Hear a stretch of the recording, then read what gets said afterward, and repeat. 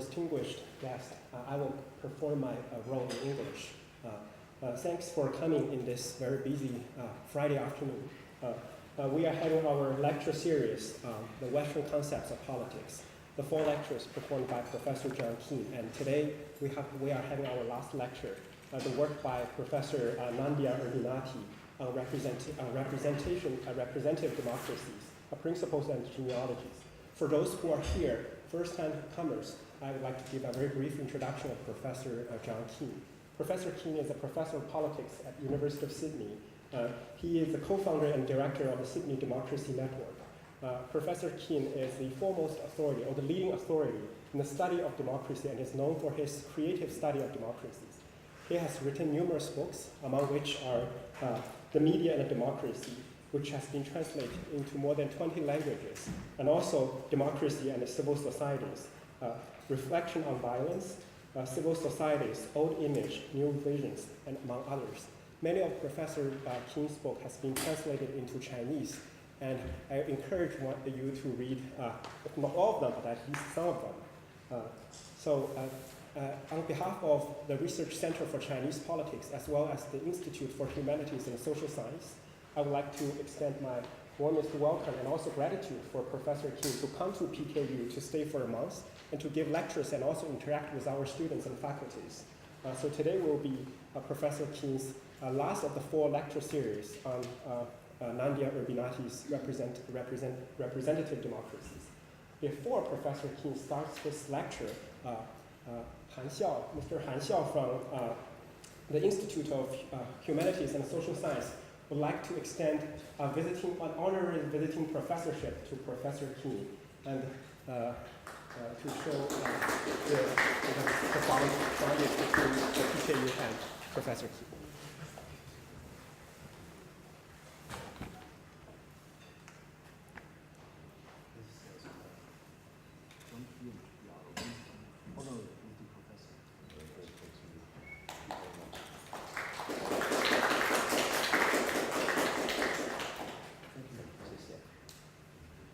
Congratulations, and I will.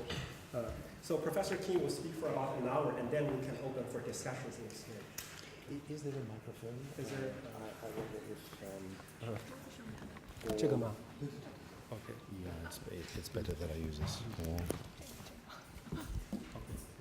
I would rather use this if we can. I can turn this off. Yeah. This is working. Yeah, it's better if I use.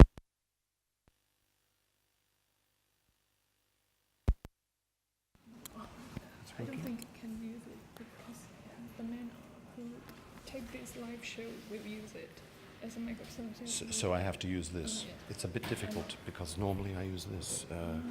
But does this pick up on the recording or? Yes. So can I not use this? But I think the battery is not working. No?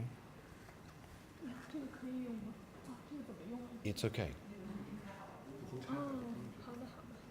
It's okay or not?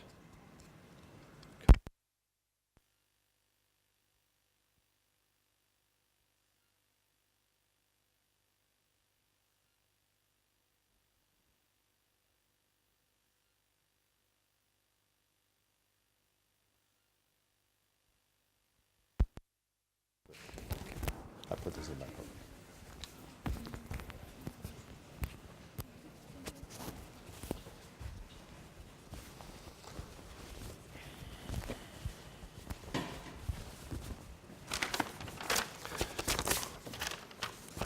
So, 大家下午好, everybody.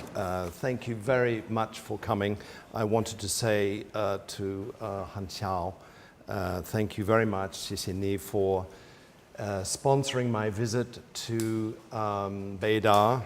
The Institute for Humanities and Social Sciences has been a wonderful host.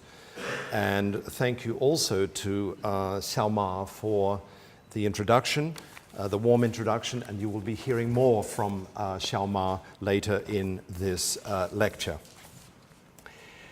Friends and colleagues, ladies and gentlemen, there are more than a few of you who have attended these lectures, And these lectures, as you know, have been about conceptions of 政治, politics, 政治, 生活, political life, as seen by so far 3 Western thinkers who you will remember from these earlier lectures have very different understandings of 政治, of politics.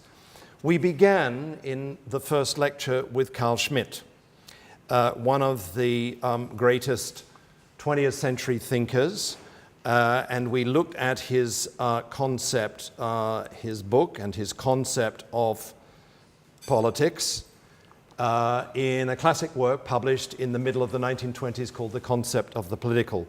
We looked at his critique of liberalism.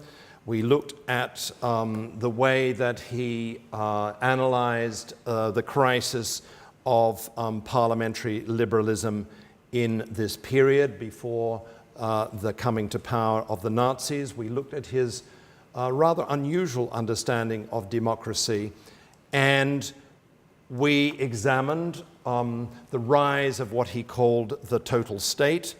We looked in some detail at his theory of human nature and his whole understanding of politics as the art, the process of defining enemies and protecting friends from enemies. For example, and above all through the sovereign territorial state. And we examined Carl Schmitt's understanding of what happens in a crisis, in a state of emergency, in an Ausnahmezustand is the word that he uses. And we saw that, consistent with his Hobbesian understanding of 政治, Carl Schmitt proposed that there has to be tough action in a crisis, best of all by a few whose job is to restore order. And we looked at his 2 understandings of dictatorship. He is in favor of dictatorship. For example, commissarial dictatorship is the kind of dictatorship that is used to maintain order within a polity. Revolutionaries, the Bolsheviks, by contrast, said Schmidt, are champions of what he called sovereign dictatorship. They seek to replace the existing political order and institute a new understanding of 政治. In Lecture 2, we turned to the political thinking of Hannah Arendt, a great political thinker of the middle and latter part of the 20th century, whose opposition to totalitarianism led her to try to revive a classical understanding of politics. The understanding of politics that's found in the Roman Republic and in the classical Greek democracies. For Hannah Arendt, these are times in which, after the experience of totalitarianism, there is need for fresh, radical, fresh new thinking, thinking without a banister, thinking without any security, thinking without any certitude. And you'll recall from Lecture 2 that Hannah Arendt distinguishes between 3 types of activity. Labor, the work of the slave, of the factory worker, who produces the necessaries of life, and enables human beings to live, to eat, to have children, to reproduce themselves. And a second type of activity is what she called homo faber, work, the work of the craftsman, someone who produces an object that lasts for some time and is beautiful and is the whole act of creating is an act of imagination and creativity. And we looked thirdly at her understanding of the citizen, of the political animal. And her thesis, you'll recall, is that modern Western modernity is actually destroying politics. So for her, politics is not, as Carl Schmidt understood it, as the struggle for state power, if need be using violence in order to protect the state or to build a new one. Politics is actually action.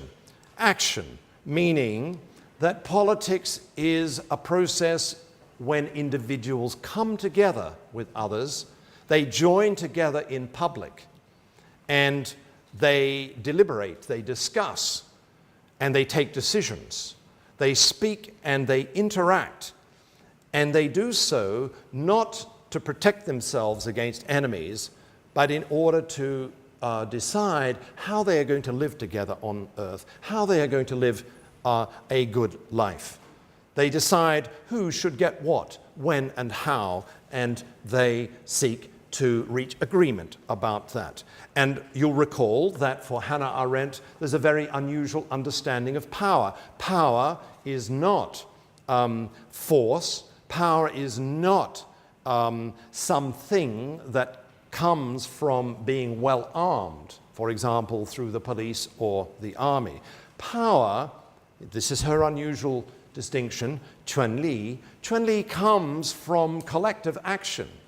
People power is what she has in mind.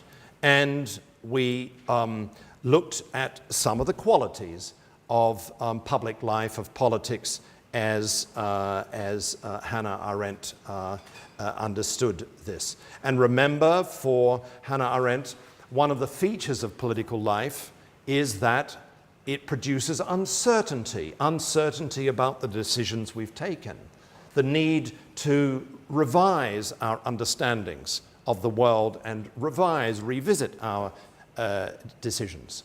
And according to her, every polity that encourages citizenship requires people to forgive others. Forgiveness is a very important quality of political life. Saying sorry for the stupid decisions that we took or did not take. And all politics, according to her, requires also making promises about the future. For example, agreeing to establish a contract with others. And we looked finally at the way in which, for her, politics is not the domain in which truth, 真理 with a capital T, predominates. Politics is about opinions, it's about pluralism, it's about making judgments. And then, yesterday, it seems like a very long time since we last met, but yesterday, or the day before, we in fact looked at Michel Foucault, one of the great French historians of modern thought. And we looked at his methods, for example, the way he relied upon the methods of archaeology and genealogy. We looked at his book, The History of Sexuality, and his critique of the view, the Victorian repressive hypothesis, he called it, the view that supposed that once upon a time sex was not cool, sex was hidden away, sex was not to be talked about, and today we're in an age of liberation. According to Foucault, one of the features of Western modernity is its preoccupation with sexuality and its implementation, its invention and implementation of many different techniques of governing the body. And we talked about his term governmentality. And we talked also about his very unusual conception of power. Power is everywhere, according to Michel Foucault. It is close to the body. It is also what happens on the battlefield. But power should not be thought of, according to Foucault, as synonymous with governmental rule, with the sovereign. There is this famous sentence in political thought and analysis, we still have not cut off the head of the king, by which Foucault says we should start thinking about power and politics that is very close to us. And this led him in the course of this book and later in his works, to think about the morality of the body, of sexuality, the morality of power. And he developed this conception of care for the self. His idea is that each individual is capable, in connection with others, capable of paying attention to their bodies, of reversing the power relationships that may shape their bodies and do shape their bodies. There is no escaping power, but reversals of power are possible, and this led to really a new understanding, a third understanding of Zhang Zhi, namely the personal as political. So areas of life that are very close to us, the way we conduct our bodies, our body language, the food that we eat, and so on, these are political in the richest sense of the term. Now today, in this fourth and final lecture, I want to speak about Nadia Urbinati. You may not know very much about Nadia Urbinati. She is by birth Italian, born in Rimini in 1955. She currently teaches at Columbia University in New York. She has won many awards and prizes for her writings and her political thinking. She has in fact been made a commander of the Italian Republic. This is quite a rare honor for someone who is a political thinker. This is a very special award given for her contributions to the study of democracy and liberal and democratic thought, and all of the books that have accompanied that rethinking of liberal and democratic thought. I am interested in her work, and I hope you will see today that Nadia Urbinati counts as a fourth understanding of Zhang Zhi, because we could call this an understanding of democratic politics. Democratic politics. Most of her work has been an attempt to revive and to redefine democracy, Minchu. She has had a lifelong interaction, so to say, with liberalism. Remember, we come back here to Carl Schmitt's concern with liberalism and his attack on liberalism. What you will find in Nadia Urbinati's work is a defense of liberalism. It's a special kind of defense and an attempt to combine liberalism and democracy into an understanding, a unique understanding of why politics is important in the 21st century and why the political life is bound up with democracy and its future.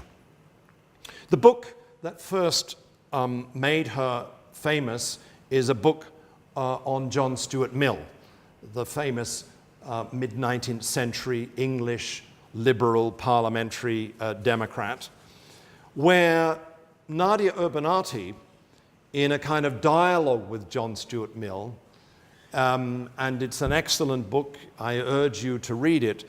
In a dialogue with John Stuart Mill, she finds many surprising things about John Stuart Mill. You know, John Stuart Mill was a champion of individualism. In this sense, he's a liberal. He was a champion of private property. But he was also a Democrat, and he was also in favor of the community good. He, at one point, sided with socialism. He was for strong government, but he was also against total government. He was in favor of democracy, but he was against what he and Tocqueville called the tyranny of the majority. You know, that in a democracy where the people govern, a majority can actually dominate a minority. And this is to be avoided, according to Mill. One of the things that is striking too about Nadia Urbinati's work is her interest in the ancient Greeks. She has a dialogue like Hannah Arendt with ancient Greek and Roman political thought. And you will see in the course of this lecture, I hope, that actually she is strongly critical of Carl Schmidt. She rejects the view that politics is essentially a struggle for state power, if need be through violence, war, coup d'etats being the extreme expression of this understanding of politics. She's against that understanding of politics. She has some sympathy for Hannah Arendt, in particular Hannah Arendt's conception of politics as public life, politics as active citizenship. But she's also critical of Hannah Arendt for reasons that you are going to see. And thirdly, she is certainly interested in Michel Foucault. She's interested in body politics. She's interested in the politics of the personal.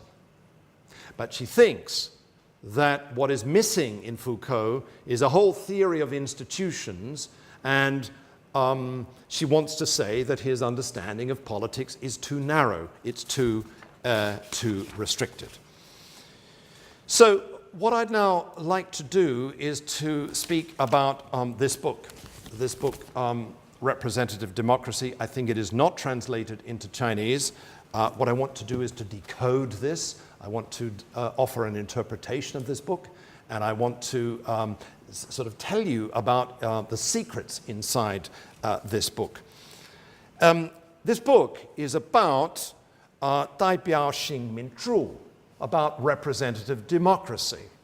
And this is a strange term for some of you. And what I'd like to do is to try to unpack this term, to try to, as I say, decode it, and to try to make sense of it. And I want to do so by going back in time to the classical Greek democracies. You will know that, and here I'm calling them assembly democracies, you will know that in the ancient Greek world, the archaeologists now tell us that perhaps there were 100 democracies in the period roughly from the 5th century BCE to the 3rd century BCE. Here's an image of Athens from the 19th century. How many of you have been to Athens? Anybody been to Athens? 1 or 2 people. So if you go to Athens, you will find, of course, this great building, the Acropolis. This is a temple. And just opposite, about a kilometer or so from this Acropolis, is a place called the Pnyx, P-N-Y-X, the Pnyx. It's the place where the citizens, the male citizens of Athens gathered, usually about 10 times a year, in public to decide how they would live, whether to raise taxes or to reduce taxes, whether to go to war or not to go to war, to make peace.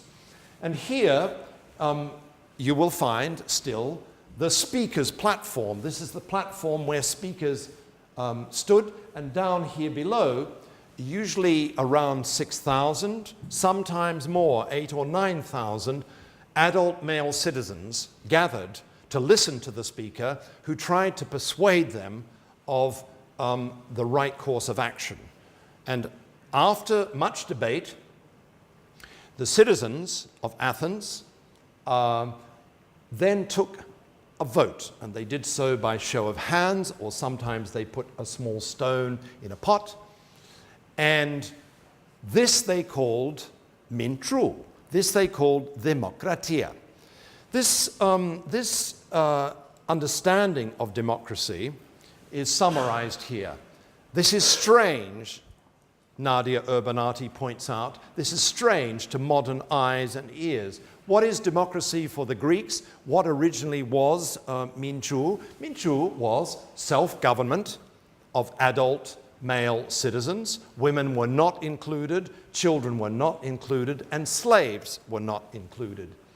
This is a form of government that prides itself on equality. And that's been true throughout the whole history of democracy until today. A democrat is someone who stands for the equality of people, who thinks that there should not be hierarchies, that no tyrant should rule, that no god should rule, that no dictator should rule. And this is a kind of understanding of democracy where citizens speak to each other. There's no internet, there are no clocks, there's no radio, there's no television. They speak to each other. And primarily the means of communication is oral. And when these citizens gathered together, they considered themselves to be doing politics. What did politics mean? Politics meant, in this period of the ancient Greek democracies, gathering together as a public to decide who gets how much and when and where. This is putting it abstractly. And this, of course, sounds like Hannah Arendt, and it is Hannah Arendt. This form of democracy strangely excludes slaves and foreigners and women. Although things were complicated in these classical Greek democracies. For example, in Athens, the archaeologists have discovered during the past generation that there was a goddess of democracy, a woman who was worshipped, usually with the ritual killing of an animal, the burning of incense. There was a ship named after her. So strangely, democracy had feminine qualities. It's a complication that political thinkers often don't mention. How were decisions taken? By voting. Usually it was done by consensus, everybody agrees, or by majority rule. And one very important thing to remember about classical Greek assembly democracy is that it was not secular democracy. The Greeks believed that there were gods and goddesses, and that these gods and goddesses were very close to them, and these gods and goddesses watched over them. And these gods and goddesses could punish them if they made bad decisions, if they behaved foolishly. So the gods and goddesses, for example, could make fish disappear from the sea. Fishermen would catch no fish. Or there would be a drought, there would be no rain for some years. This is a strange understanding of democracy, but that's how it was. Now, there are a few important relics, remnants from this period of democracy. Here is a very famous carving in stone called a stele of democracy. Here she is on the right, putting the crown of democracy on the people. The people, the demos, is this old man. This is from 336 BCE, and if you go to Athens, you absolutely must see this. It's on public display in a museum there. Now, why am I speaking at some length about assembly democracy? In order to enable you better to understand why it is that Nadia Urbinati is in favor of, this is what the book is about, 代表性民主, representative democracy. So what is representative democracy, or what is it not? She wants to say that democracy in modern times is a special form of democracy, at least in the Atlantic region. She doesn't write about India, she doesn't write about Latin America, she doesn't write about Southern Africa. She's principally concerned with the political thinking of the Atlantic region, North America, the United States, and Europe. And what she wants to say is that representative democracy, 代表性民主, has become the new form of democracy that was unknown to the Greek world. And I'm sure that she is right about this. For example, the Greeks, in classical Greek language and dialects, had no word for representative, 代表. They didn't even have a word. They could not think of democracy as 代表性民主. So what is representative democracy, or what is it not? What he wants to say is that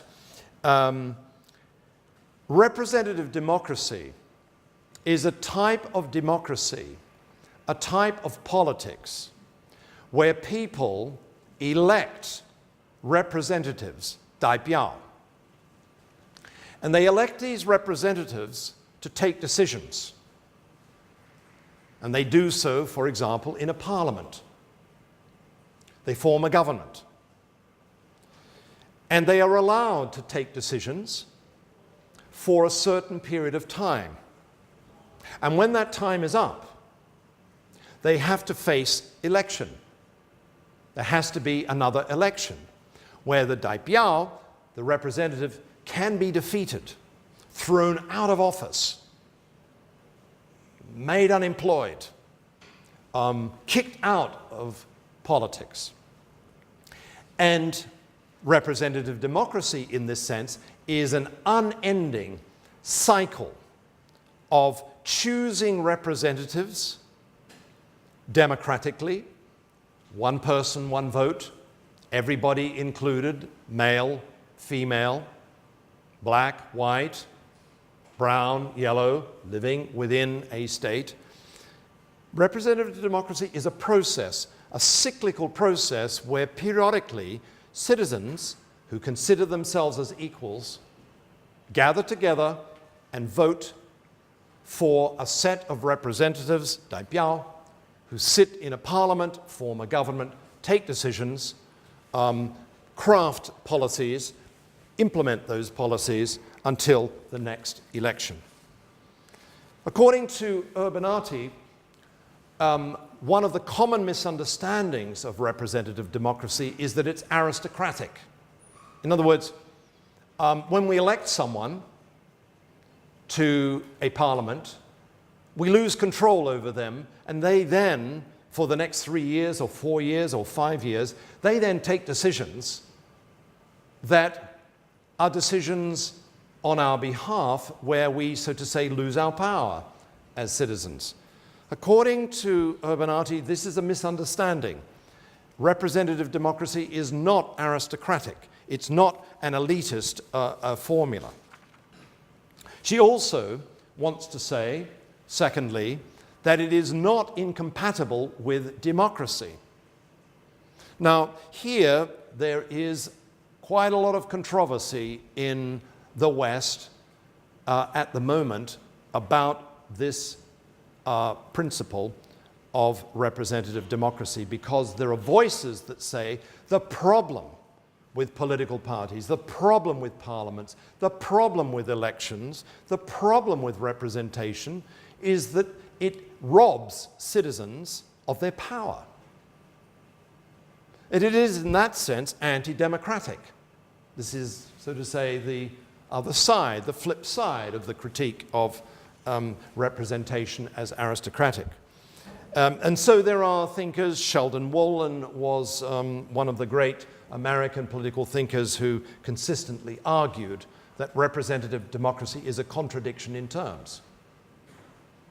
To represent means to give away your power to someone, and it cannot therefore be democratic, is the argument. And this famously is associated with Jean-Jacques Rousseau, the 18th century thinker who was a defender of citizenship and public life and democracy, which he understood as involving no representation. He had a classical Greek understanding.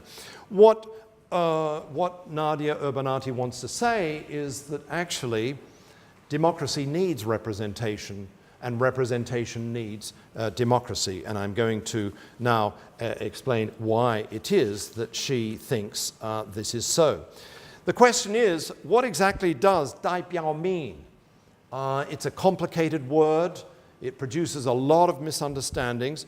What she wants to say is that representation is a process, a dynamic process in which, for a time, we, after debating and deciding what should be done, we hand the right of decision-making to a few people, the representatives, the 代表, and these representatives then govern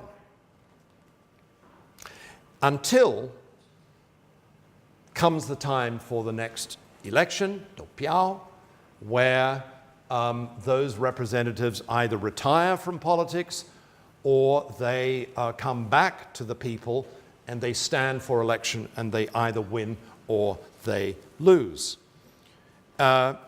This kind of process, this process of representation was unknown to the Greeks. The Greeks did not have periodic elections. They had meetings, for example, 10 times a year, but they had no parliament. The people was the assembly that decided things. They had no parliament, they had no word for representation, they had no elections in the modern sense. This is distinctive, says Nadia Urbinati, and she's very much in favor of this understanding of representation.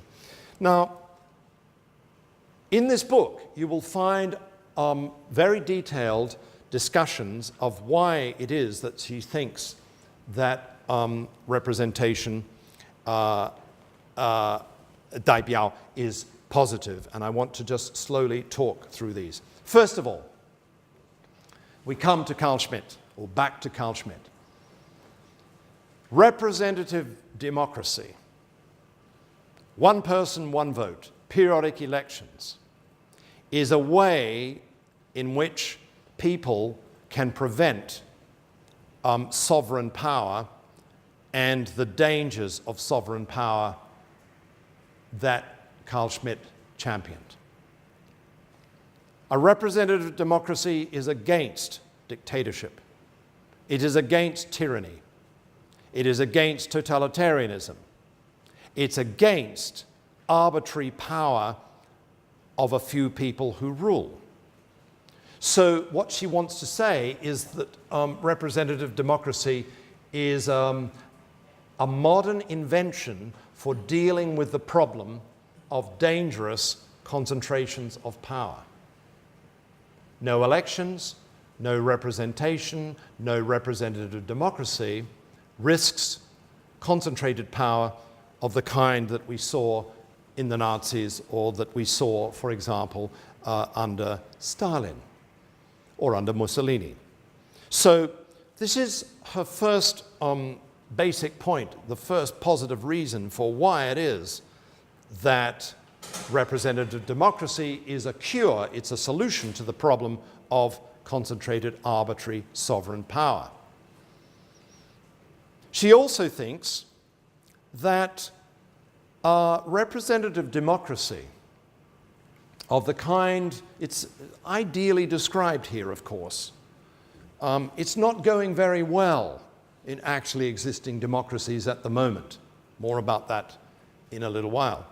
But what she wants to say is that ideally speaking, when a representative democracy functions well, it enables citizens to have private freedoms. Now, this is an important point. The Greek citizen, the adult male who is part of a democracy, considers during those days of meeting himself to be a full-time citizen.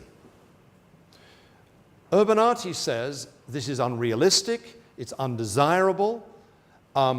Modern societies, representative democracies, enable people to be citizens, but also to be parents, lovers, workers, football players, gymnasts, lovers of literature, and so on.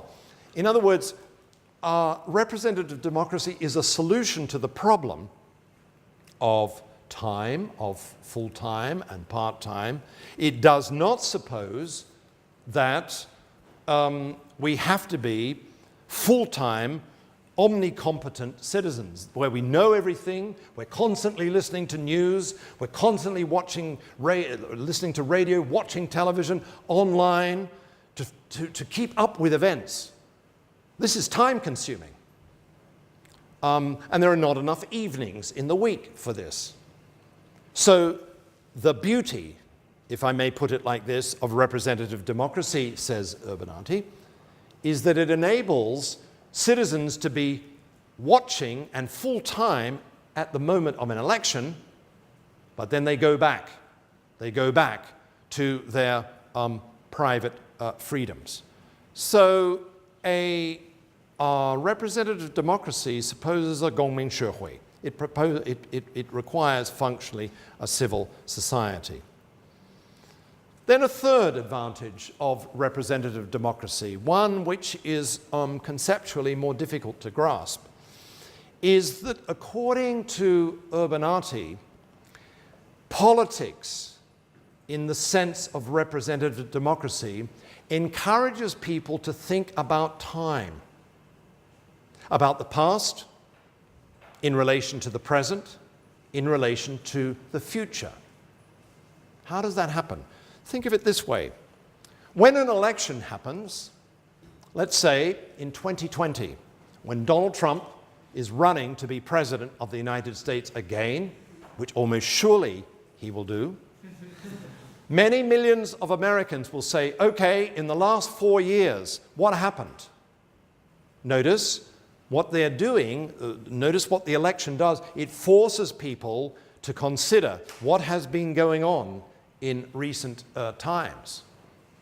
And some will say, well, during the Obama period, things were better. And the supporters of Trump will say, no, under the Obama period, it was all rubbish. It was all, everything went wrong. And there will be a big debate about that. Notice also that in an election, says Urbinati, citizens are encouraged to think about the future.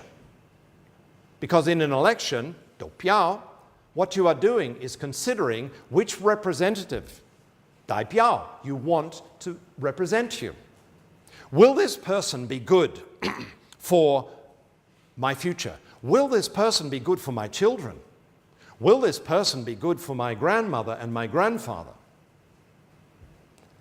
So built in, she wants to say, to the whole process, the political process of representative democracy is an understanding of the importance of time, of temporality.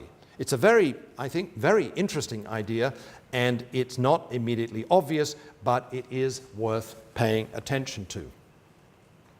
What happens in a representative democracy? What happens at election time and in between elections? She says that a fundamental requirement of representative democracy is that there is public life. There is public life. 公共空间. There must be public space for citizens to access information through media, radio, television, newspapers, the internet. There must be a 公共空间. And at election time, it's as if millions of people join together. This is Hannah Arendt. During election time, millions of people join together and they begin paying attention to parties and electoral candidates and the existing government, and they begin to ask themselves the question, do I want this government to continue, or do I want to throw this government out? Do I want my local representative to continue or not? Oh, this local representative I think is corrupt, or he's macho, or he did nothing for our community, so it's time for a change. This kind of dynamic, says Urbinati, involves the formation of a public, of a gong gong kong tian.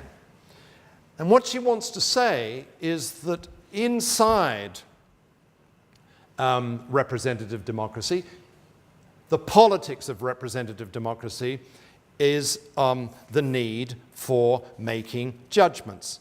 判断. This is Hannah Arendt. What is a judgment? A judgment is a decision that we take where it's not clear what the evidence is for or against, where we find ourselves in a complex situation. For example, we have to think about the state of the economy. How is unemployment? What about technology innovation? And on the other hand, we have to think about the environment. What is happening? Species are dying. The air quality is not good. Our waters are polluted. We have to take decisions of that kind that are very complicated. And what is interesting, says Nadia Urbinati, is that a representative democracy requires millions of citizens to make judgments. Judgments. And here you can see a quotation from the book where she says that representative democracy tends to put an end to yes-no politics, black and white thinking. Instead, citizens are encouraged to think about complexities, about the need to take decisions under very difficult circumstances where, in a way, we don't know quite what we are doing. Now, the solution, according to some thinkers, is that one needs a strong dictator to decide that. People can't decide complicated things like that. People cannot make judgments. Urbinati would say, well, but a dictator, a tyrant, also has to make judgments. Every Mugabe, every Al-Sisi, every Kim Jong-un knows that judgments are necessary in politics. That's what politics is partly about.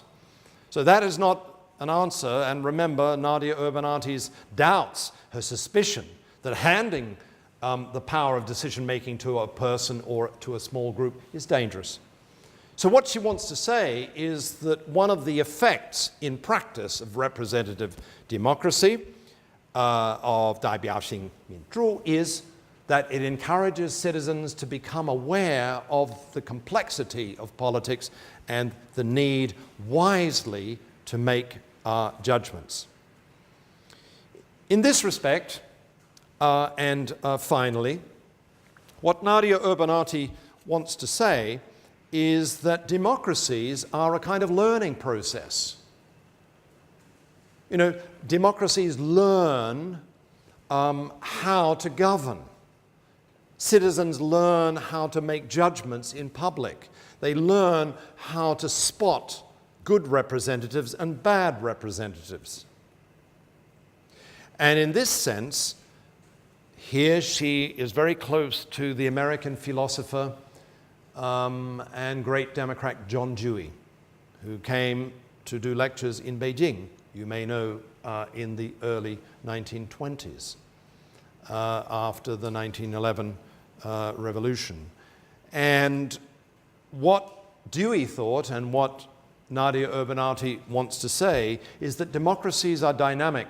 When they function well, they are kind of collective learning processes.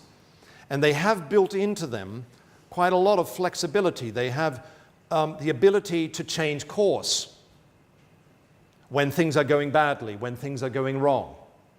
And when, say, a majority of citizens begin to see that this policy is not working. For instance, it's just possible at this moment that there are growing numbers of democracies where citizens have decided that austerity policies are not working. Austerity means that the government doesn't spend any money, it tries to cut back, It tries to balance budgets and so on. One of the effects of this, it's now been a policy for several decades, is to produce growing gap between rich and poor. Young people are feeling disadvantaged. There is no money for health. There's not enough money for education and so on. We're beginning to see, I think, the first signs that democracies are learning that austerity is not wise. The change of government in Spain during the past week is perhaps an example of this. Then, almost finally, what Nadia Urbinati wants to say, and it seems to have disappeared here. Oh yes, no, we go back. What she wants to say is that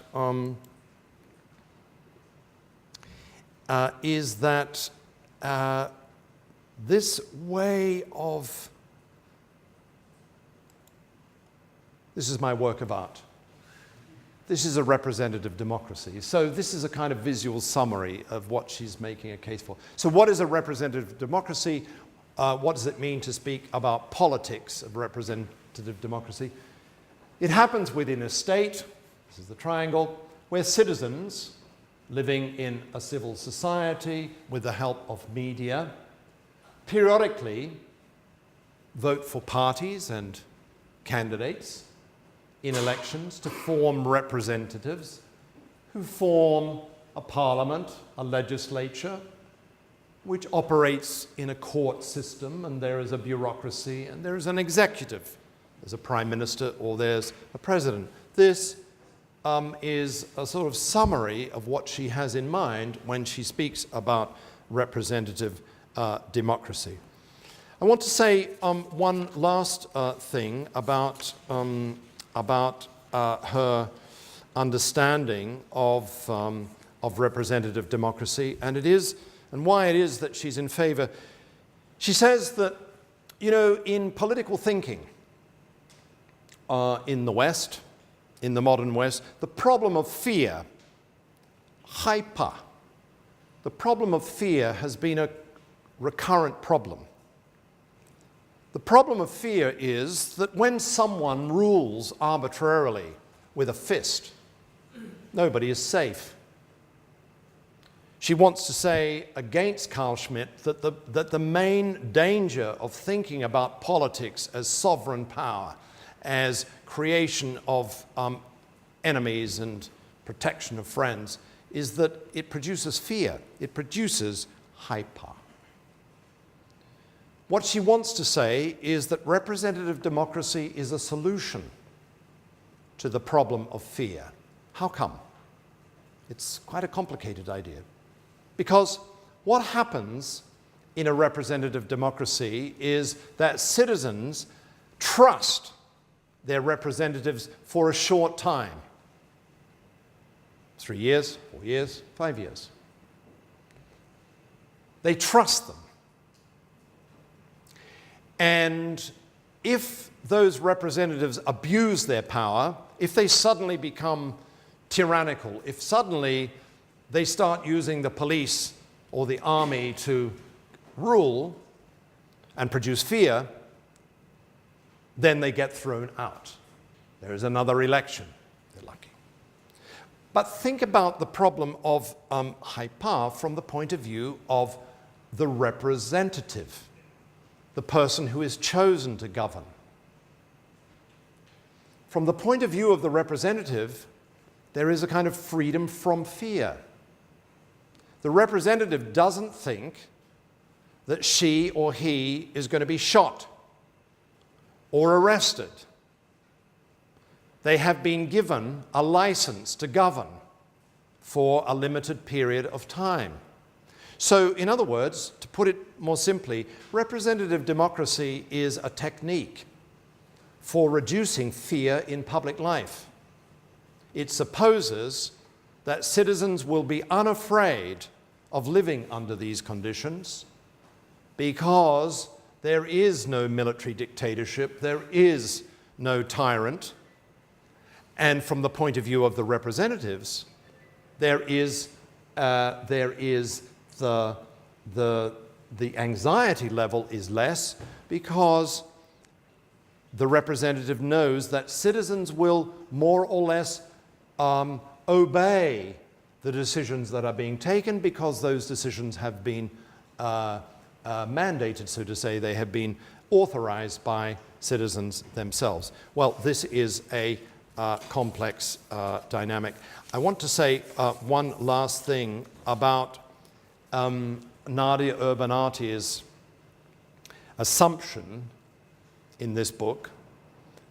No, I won't say assumption. I think in this book, rather, she doesn't pay any attention to the breakdown of democracy, of representative democracy. You know, what happens, we could ask, it's Carl Schmitt's question, what happens when serious disputes break out inside that polity? Or what happens if a neighboring country invades or threatens military invasion? How do citizens deal with that? How does a representative democracy cope with that? Well, this is another subject for another lecture, but I want to just draw your attention to the fact that it is not discussed here.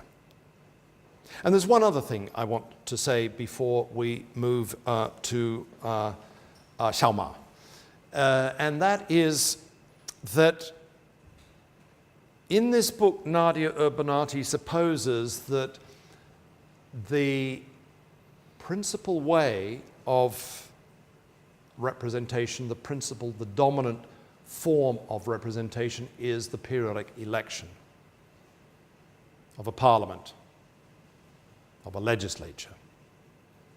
That central to the understanding of democracy is elections, 投票. In my own work, I have tried to point out in the last decade that actually what we witness in actually existing democracies like Canada or the United States or Sweden or France or Portugal or New Zealand or Australia is the spreading of voting to other institutions. For example, parents elect governors, representatives in the school that their children go to. Or in Germany, every factory or organization with a certain number of employees is required by law to have periodic elections, where it's called co-determination in the German system. It's one of the secrets, by the way, of the success of the German economy.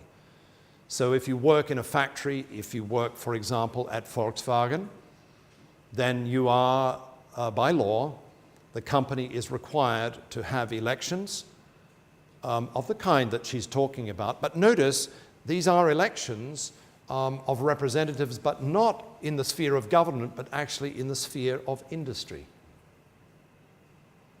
The story is much more complicated than this, but I think I should probably stop at this point, and we should have a brief discussion of clarification about Nadia Urbinati. So I hope my English has been clear.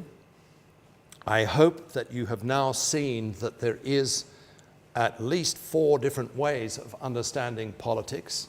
If you feel confused, well, you know, 对不起, but that's, you know, that's politics. And I hope that by introducing you to these 4 understandings of politics, you see that this is a wonderful field. Most of you are studying political science of one form or another, perhaps some other disciplines. But, you know, this is well, we would say it is the queen of the human sciences. It's the most important human science because nothing more important, there is nothing more important than politics in life. And now when you hear that word, 政治, I hope you will, in your conversation with friends or your lovers or your parents or your neighbors or your 老师, you will say, what is the meaning of, what do you mean by 政治? And you will be much better equipped, much wiser to understand that politics can mean the struggle for state power, using violence, making friends against enemies. Nadia Urbinati certainly understands politics in this sense. She doesn't like that kind of politics, and she has a remedy for that kind of politics. Politics can also mean what happens when 10 people, or 1,000 people, or 1 million people, or several million people gather together in a public square and demand the end of a government. This is politics as public life. This is Hannah Arendt. Non-violent, using words, using media, exercising collective power. But politics can also mean the politics of the personal. The personal is political, means that there is a politics of the body. There's a politics of immediate power relations around your body. Nadia Urbinati thinks that one of the things that happens in a representative democracy, and she thinks that Foucault didn't well understand this, doesn't have a good grasp of the institutions necessary for care of the self. What she wants to say is that a healthy representative democracy is a kind of democracy where the care of self, where the personal politics becomes more collective. Someone, an example is, we've talked about it, #MeToo. What is #MeToo? It's very Foucauldian. It's very much a politics of the personal, of everyday life. But it has moved into the public sphere, into the Gong Kongtian, and it has become part of electoral representative politics. There is an election going on in California at the moment, a campaign, where that influence of #MeToo is significant. Citizens are asking, journalists are asking, did this male candidate, has he sexually harassed women in the past? How trustworthy is he as a man? That kind of question is an example, according to Nadia Urbinati, of politics in the third sense, but also politics in the fourth sense. Politics as democratic politics that pays attention to Schmidt's understanding of power and politics, that depends upon Hannah Arendt's understanding of public life, but goes beyond her. An understanding of politics of the personal, of the body, yes, but a politics that, as it were, combines all of those previous three themes and produces something new. Well, this, ladies and gentlemen and friends and colleagues, is Nadia Urbinati's understanding of politics. It has happened in a country of Italy, which you may know today is in a deep crisis. The party system has collapsed. There has been no serious economic growth for a decade, actually a shrinking of the economy. A very high number of young people have left Italy because there are no opportunities. Many millions of Italians put their fingers up when you mention the word juncture. If you mention the word politics or political life, I cannot say in a public lecture what they say, but they say very words. And Italy is a place that has just had an election that produced no clear result. It's an election that produced two populist groupings who have now agreed to form a government, and it's not at all clear where this will lead. Well, this is Nadia Urbinati's Italy. I mentioned this because I wanted to say that this book, in a way, is now caught up in a crisis. I return to my very opening remarks in these lectures, there is a developing sense of crisis of democracy in the Atlantic region. There are many, many causes of this, but this model of representative democracy is not working at all well. And one of the key questions I hope you will consider is whether Nadia Urbinati's work is in a way a post-mortem. By that I mean it is an analysis of a kind of government that once upon a time worked quite well and doesn't work well anymore, or whether this book and Nadia Urbinati's writings have a kind of utopian quality to them. That they point to a future where democracy could rescue itself and again be nourished by the actions of citizens, and with better quality representation, and with governments that actually work in favor of the interests of the great majority of citizens. This is, I think, a very unclear dynamic, whether this is a book that would make you sad or would raise your hopes for a different future. This, I think, is one of the great questions that's currently confronting the West. 谢谢你. Thank you very much. Could we, what I suggest we do is just, we've got quite a lot of time. Maybe we have a short discussion of clarification of this book and of these four conceptions of politics, because what I want to do with the help of Xiao Mao is actually talk about Chinese conceptions of 政治 towards the end of this lecture. So, Urbinati. Things are clear or not clear? Yes. Maybe if you use the microphone, then it means it's recorded.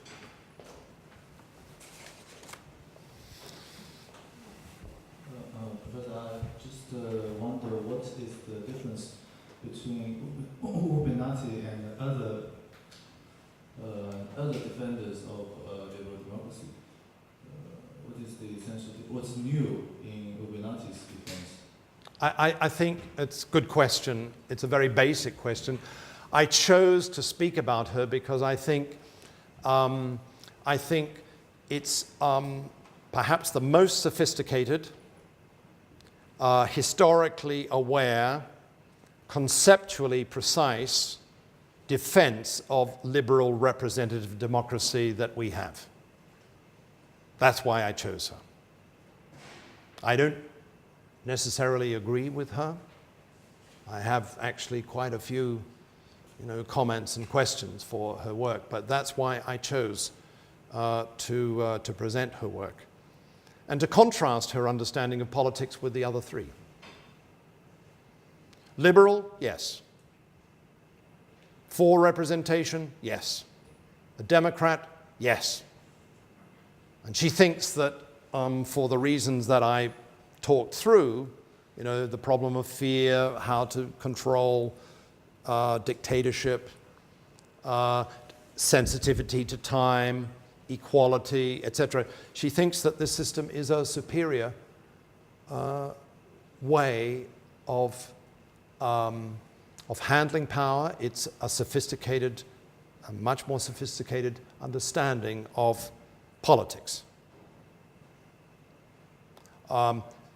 Putin, of course, does not agree.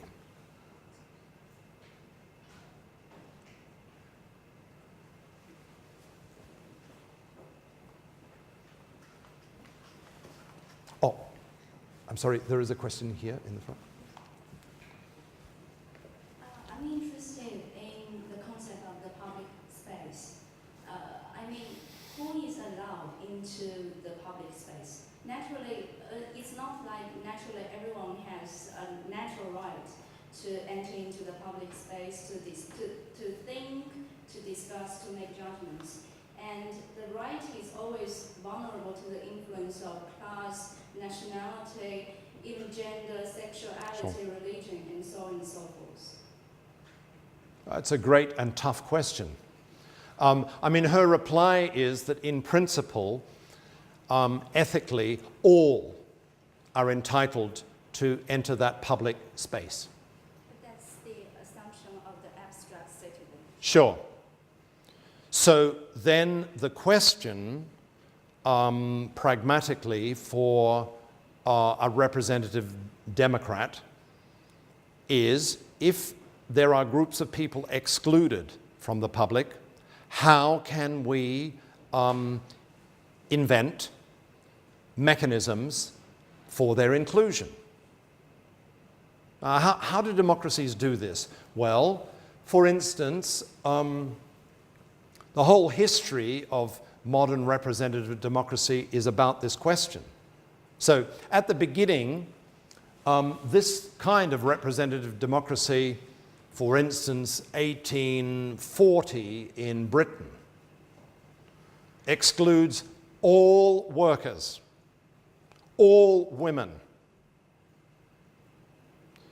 And what then happens is that struggles break out, support organizations are formed, trade unions, and later political parties, to demand that men who are workers, who may not be educated, perhaps they've never been to school, never been to university, that men who are workers are entitled to vote, and they are entitled to publish their pamphlets. They are entitled to learn to read. They are entitled to join a union. They're entitled to join a party. And then later, it happened first in my native South Australia, women won the right to vote and the right to stand, 1894. And there's a great opposition to this. Women cannot be trusted, you know, once a month they're out of action. Women tend to be passionate, too passionate. Women get pregnant and have babies, so they can't be relied upon to be politicians. And generally they're inferior. And God told us that, you know, women are second class. They are to be the objects of the power of men. And in a very complicated way, what happens is that women, with the support of men, begin to demand equality for women. And, you know, I can go through the whole complex history of representative democracy, but basically what happens by the 1930s and 40s is that the principle of one person, one vote is accepted. That's true in the Atlantic region. It's no longer cool to exclude people. Now, there is then the question of minorities. You know, how do minorities enter the public sphere? I give the example of disabled people. You know, when I was young, a disabled person was called various names, and there were no rights of the disabled, and there was not very much talk of the disabled. They were often put in institutions away, made invisible. And during the last 3 decades, some remarkable changes have been made to the architecture of buildings, so there are ramps if you have a wheelchair. There are attempts to publicize the rights of disabled people, not to be cruel to disabled people, treat them with dignity, maybe not even use the word. There are some who recommend that we should use the phrase differently abled. I mean, disabled people have competences. They can do things. They're not unable to act. And then, of course, you know, one of the great stories of the history of representative democracy is decolonization. You know, the British had an empire, and they allowed certain people to vote, usually white people in Australia and New Zealand and Canada. But as the Indians found, there was no right of representative democracy allowed in India until the Congress Party fought back, and until there were demonstrations and so on, and eventually the British were defeated, and eventually a new republic was born with a written constitution that specified periodic elections, such that today India is the largest representative democracy on the face of the earth. So this is a very, long and complicated story of exclusion. And one lesson that Nadia Urbinati wants us to learn is that there's nothing guaranteed about this dynamic. It can be reversed. I give an example and then stop. In the United States at the moment, there are some very strange decisions that are being taken in Trump's America. For instance, in Texas, the local courts have ruled that only certain kinds of identification can be used when you come to vote. For example, you need a driver's license. The trouble is that in the United States, 11% of adults don't have a driver's license. And would you believe, disproportionately, they're black and Latino. This means that what is going on in the United States is a drawing back. A drawing back of the right to vote. This is, in Nadia Urbinati's sense, the destruction of representative democracy and the principle of equality. Or, another example, in the state of Ohio, the local court and the current government has ruled that if citizens don't show up to vote, then their names will be taken off the electoral roll and they will not be able to vote next time. This is amazing. And the reason given is that, they showed no interest in politics. And so if they showed no interest in politics, then bye-bye. These are examples of the sorts of things that are going on. And one other example, from my native Aldalia, the estimate is that somewhere between 200 and 400,000 young people, we have compulsory voting in Australia. If you do not vote, if you don't piao, you get fined. You get a letter, and you have to pay a fine, or you give it an excuse. I was ill, my leg was broken, or something like this. And between 200 and 400,000 young people have disappeared from the vote. They don't have the right to vote. This is not good for the future of representative democracy. So Urbinati warns us there is no God-given law of representative democracy. It can be destroyed. And she has more recently become intensely interested in Trump and the whole phenomenon of populism. What are populists doing to representative democracy? This is another lecture, really. But thank you very much. This is a very fine question.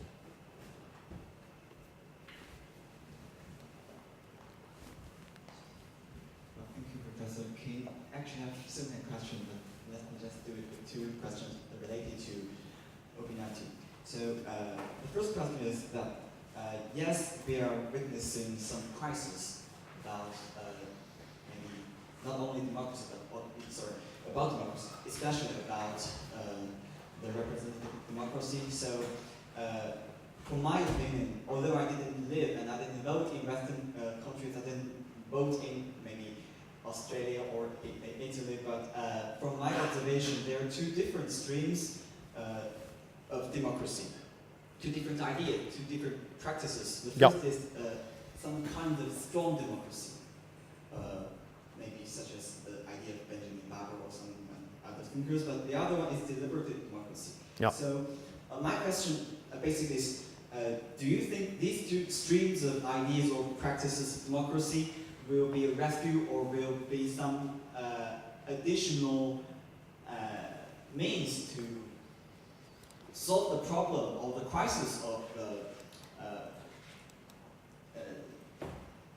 representative democracy? democracy. And Yeah. one phenomenon is that in some places there are some practices as sortition.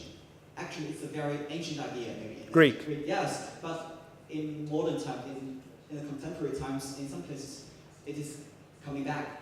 And in some places people are organizing mini publics to discuss about some public affairs, maybe in communities, small communities.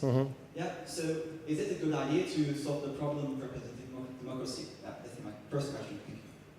Yeah, it's also a great question, and it probably requires another lecture, but I'll try to be very brief. For those of you who've not heard or not taken much interest in Atlantic region democracies, let's call it the West, there is today a lot of intellectual and some practical interest in these sexy words. Deliberative democracy, sortition, citizens' assemblies, and so on. Why does this happen? Because there is the feeling that representative democracy is not working properly, that representative democracy, in a way, is the reduction of politics. I mean, Nadia Urbinati would say that's not true at all. And so there are experiments that are going on to encourage people as citizens, for example, to join in mini publics. You know, for instance, a city has to decide whether it wants to shift towards more public transport or have more automobiles. And so what the local government does is call for a citizens' assembly. And by random selection through computer choice, through an algorithm, let's say 100 citizens gather for 1 month. And each day they are paid to do this. Each day they discuss whether we should have more public transport or whether we should have more private transport. And they try to reach a decision. Notice that they are behaving like Greeks. They are behaving like Greek Democrats. And then they put their decision to the government of that city, and the elected government of that city then decides one way or another, or decides to ignore them. So Urbinati thinks, yeah, that's fine. That's fine. But then built into the whole ideal of representative democracy is that citizens do gather together in public, and they do discuss who should get what and how much and when and how. And they do then demand that their representatives act. So, you know, deliberative democracy, according to her, is built into the very idea of representative democracy. In this book, she has a critique of deliberative democracy, and you may know that in China there's quite a lot of interest in this subject. She says that when deliberative democracy was first thought about as an ideal, Jürgen Habermas, the great German philosopher and political thinker and sociologist, was an early champion of deliberative democracy, that Habermas and others suppose that what democracy is rational citizens who speak softly and rationally, logically, about matters of public affairs. And Nadia Urbinati says, this is too idealistic. Politics is not like this. Politics is also about passion. And actually, I wonder whether this will work. Oh, what happened to it? Oh, it's disappeared. Wait on. No, I don't have it. Oh, yes, I wonder if this works. Oh, okay, I think it's not going to work. Is the video? It's a short video, but I'll tell you about it. This is Nadia Urbinati's vision, not vision, but it's what she tries to capture when she says that politics is passionate. In the recent Italian elections, Signor Berlusconi, he was prime minister for more than a decade in Italy. And some Italians love him, many more Italians grew to dislike him intensely. And he's a man who had a hair transplant and he liked young women and blah, blah, blah. On the day that he was elected, on the day that he was voting, he came to Doppiao to put his... And when, just as he was putting his vote in, a woman from a feminist group with no clothes on, bare chest, stood up in front of him and started to say, "Shame, shame on you, Berlusconi." And all of these guys around him, journalists, they didn't know what to do because you don't touch a woman in public.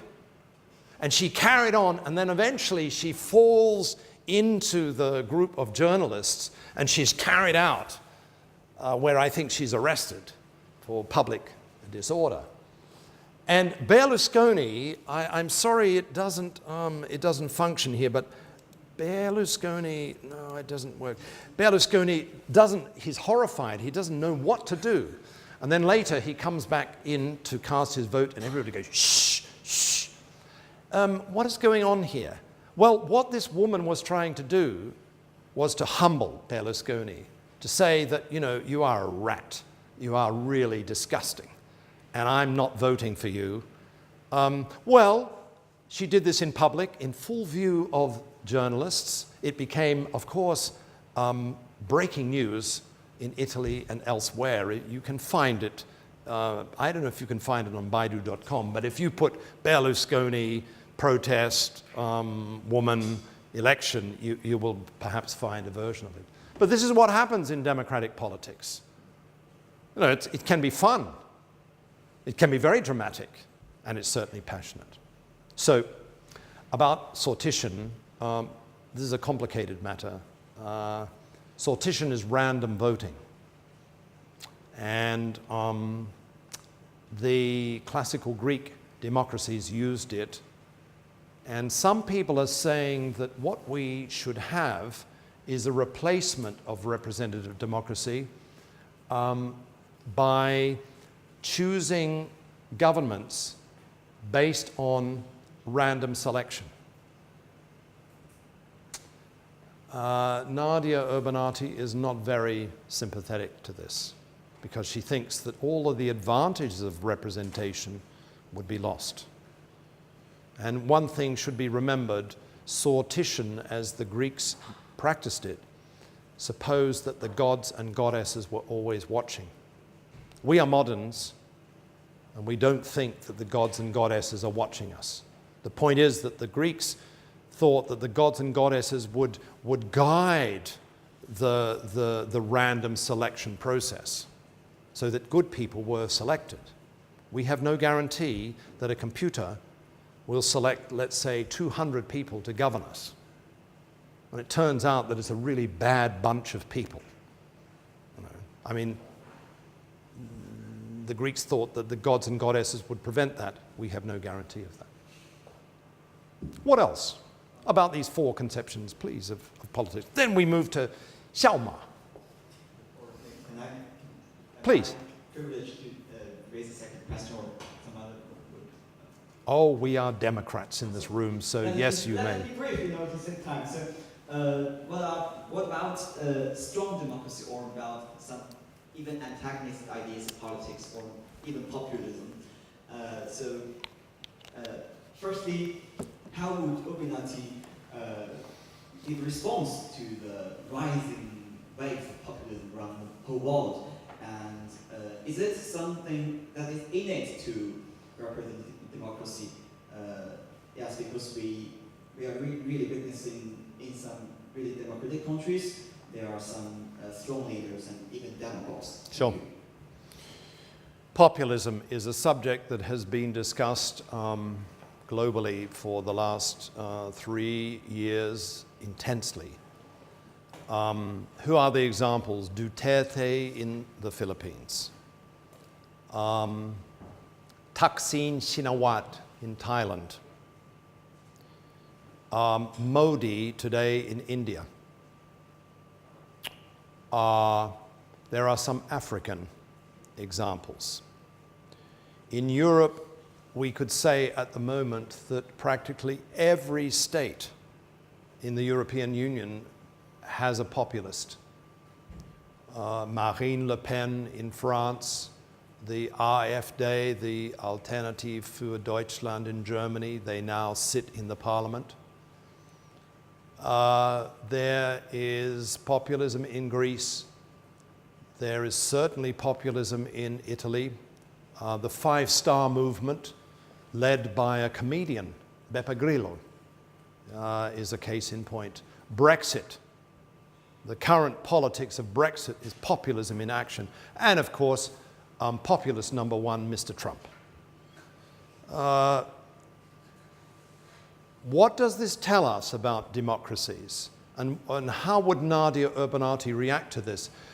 She has been writing in the last year or year and a half about populism, and all things considered, she thinks it's an anti-democratic phenomenon. Why? Because it forces us to define carefully what populism means. Populism, as she understands it, is a type of politics that gives rise to a strong demagogue leader, Trump, Duterte, who claims to be acting in the name of the people. It's a fiction, because Nadia Urbinati says, of course, there are flesh and blood people. You know, here we are people, are in Ming, but we are each one of us is different. But when a demagogue, populist, starts talking about the people is a kind of abstraction. It doesn't exist, and yet it does exist in the minds and the actions of the populace. And what populists do, she points out, is that they typically draw their support from one part of the population, and they call this the people, the Renmin, and then they make their politics, for example, by attacking their enemies. It has a Schmittian quality to it. Who are the enemies of Trump? Fake news. So the New York Times and other media outfits, he dislikes them intensely. Why? Because they attack him. So he wants to put them in their place by, delegitimating them. The judiciary. No judge should be able to tell American people or tell me what to do. The intelligence services. We are about to witness during the next weeks a battle between Trump and Mueller, the council whose job is to look into the question of whether Trump is corrupt and whether he dealt with the Russians and so on. And almost surely the fun has already started. Trump is attacking this inquiry. In the past few days, to give one more example, in America, the Super Bowl, the final big final of American football, was won by a team from Philadelphia. And football in the United States has many black players who began when the American anthem was sung at games. They actually began the practice of kneeling because they're sorry for their country and they think that under Trump, America is becoming more racist and they don't like it. And so they kneel in protest and they don't sing the anthem. Trump, has been furious about that. So when this Philadelphia team won the Super Bowl, normally the custom is that the president invites them to the White House and they have a very nice lunch and they take photographs and they have a good time. This time, the football team refused to go. So then Trump tweets and says, they were never invited anyway. So, even football is kind of the enemy of this populist. And what Urbinati says is that if this logic carries on, what we're going to see is that representative democracy will actually be weakened or destroyed. And it can result in a kind of new kind of dictatorship that we're just beginning to see happening in Hungary, in the Philippines, in India, and almost certainly in the United States. How to cure, how to prevent populism? Nadia Urbinati is she's a representative Democrat, and she says more representative democracy. So how do you do that? Well, you don't elect populists. At the next election as a citizen, you think very hard about what kind of you want, what kind of you want, what kind of representative do you want to represent you? Not like Trump. So I will vote against Trump. And it's that sort of slow process, says Urbinati, which is what democratic politics is. And remember, she argues that representative politics has the capacity to learn. I mean, it is a very great question for the Americans. One thing's for sure, I've mentioned this before, politics is alive and flourishing in the United States. I mean, in every sense of the word that I've talked about. And one of the great questions, it seems to me, is whether this tendency towards a strong man rule dominated by Trump and his family, weakening institutions, power-sharing institutions, will win, or whether there will be actually some kind of renewal in the American democracy. It's one of the great questions, I think, of our time.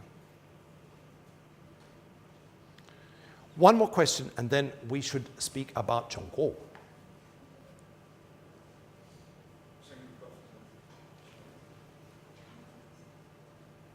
Okay, thank you, Professor. I have a strong interest in the concept of representation. Mm-hmm. So in the context of the modern representative democracy, it's very easy to and somehow intuitive to understand what does representation and representative refers to. It refers to the people who you elected to the parliament to sit down to make decisions for you. But if we go back to Hobbes and Schmidt, we can see that their concept of representation has a more broad meaning. And from their point of view, a monarch can be a representation. Yeah. And from the point of Schmidt, he further argues that when the parliament emerges, it can also claim to be a representation. Mm-hmm. So there are two representations fight against each other, and finally the parliament includes the monarch within it, and they remain as the sole representation of the sovereignty of the UK. And so Schmidt argues that he proposed two contrast principles of the form of states. One is identity, and one is representation. So he thinks that representation refers to anyone who to rule. So when it comes to China, so somehow I think that because our election doesn't work so well, so maybe from the configuration of political powers of China, we may better regard the party, the CPC, as a real representation of the people. Yeah.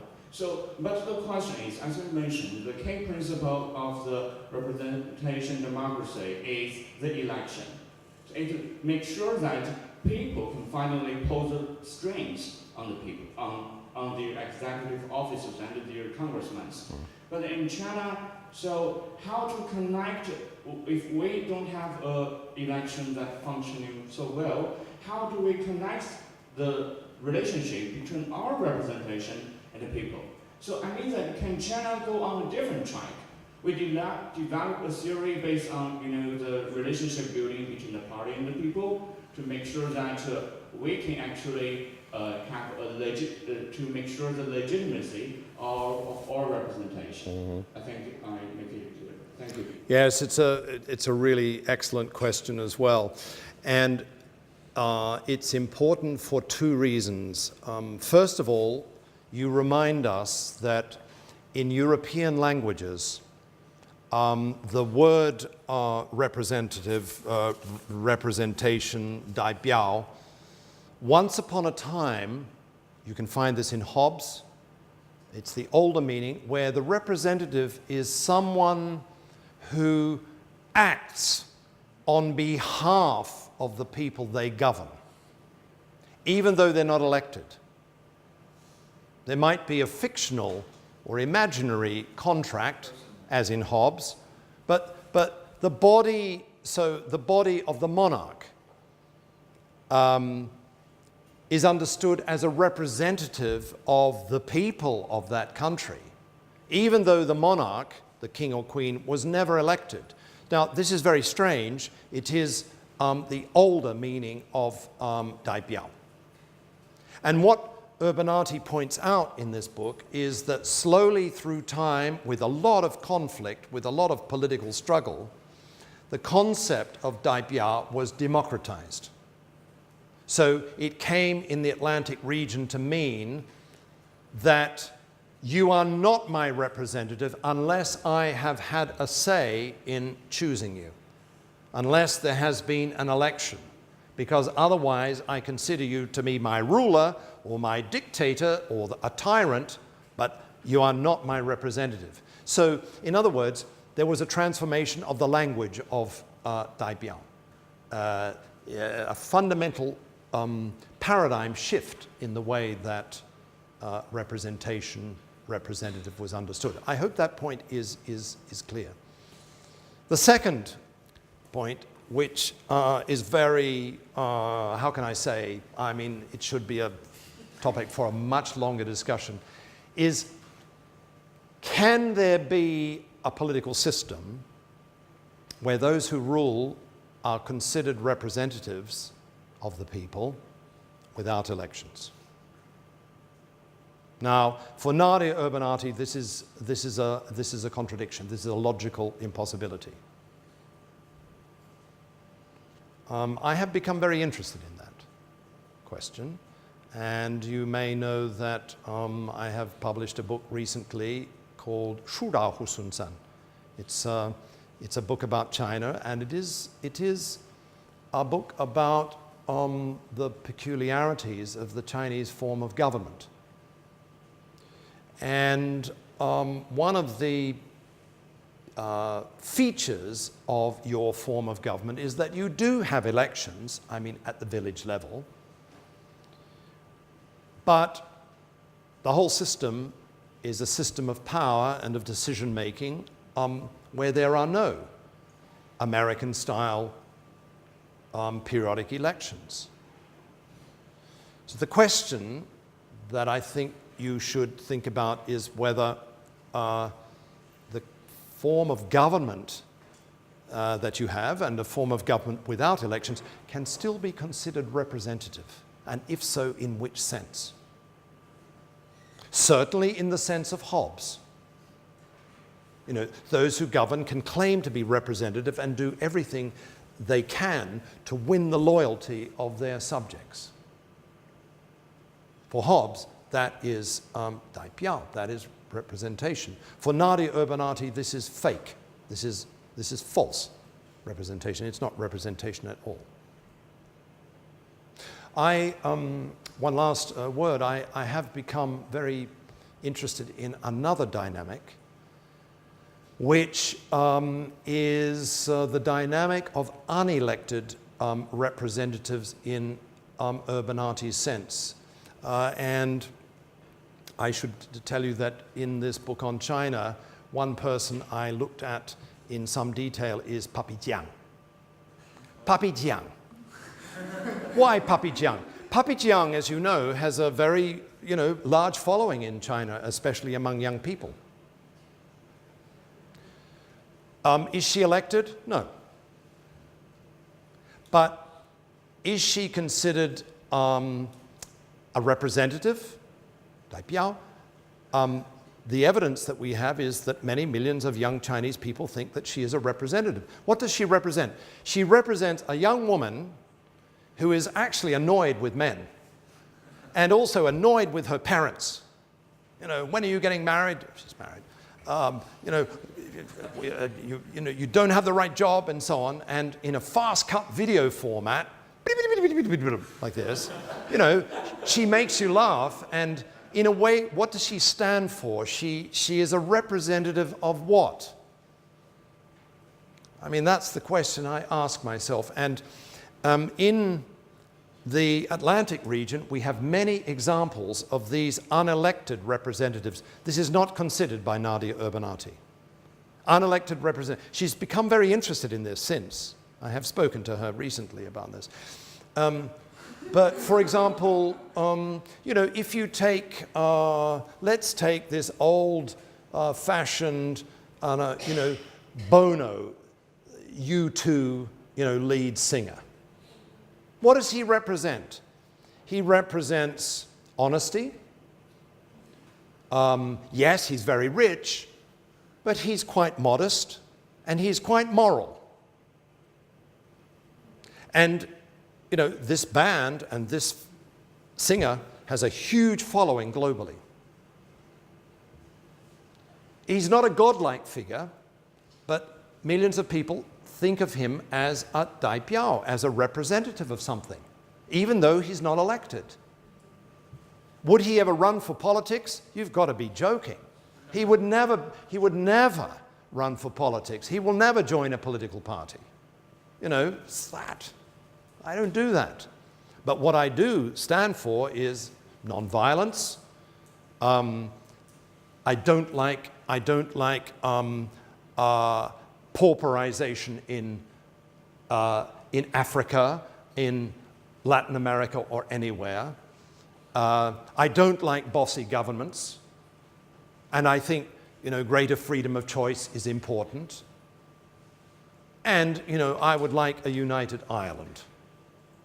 You know, it's these kinds of principles. He's not a political party. He's not elected, but he is, in a way, he acts as a representative. And this is, for political theory, this is, I think, an entirely new development, which is worth, you know, thinking about. It's a great question. But I think Xiaoma has a few things to say. May I introduce Xiaoma, because it, I think, is not normally ever done in lectures at Beida. But Xiaoma very kindly agreed, he consented to be your representative, to talk briefly about Chinese conceptions of zhangzhi and how they might be relevant for what this course has discussed. And perhaps you might want to say a few words too about Confucianism. Just in 4 minutes, and then we have some discussion, and then we should end. 谢谢你. Thank you very much.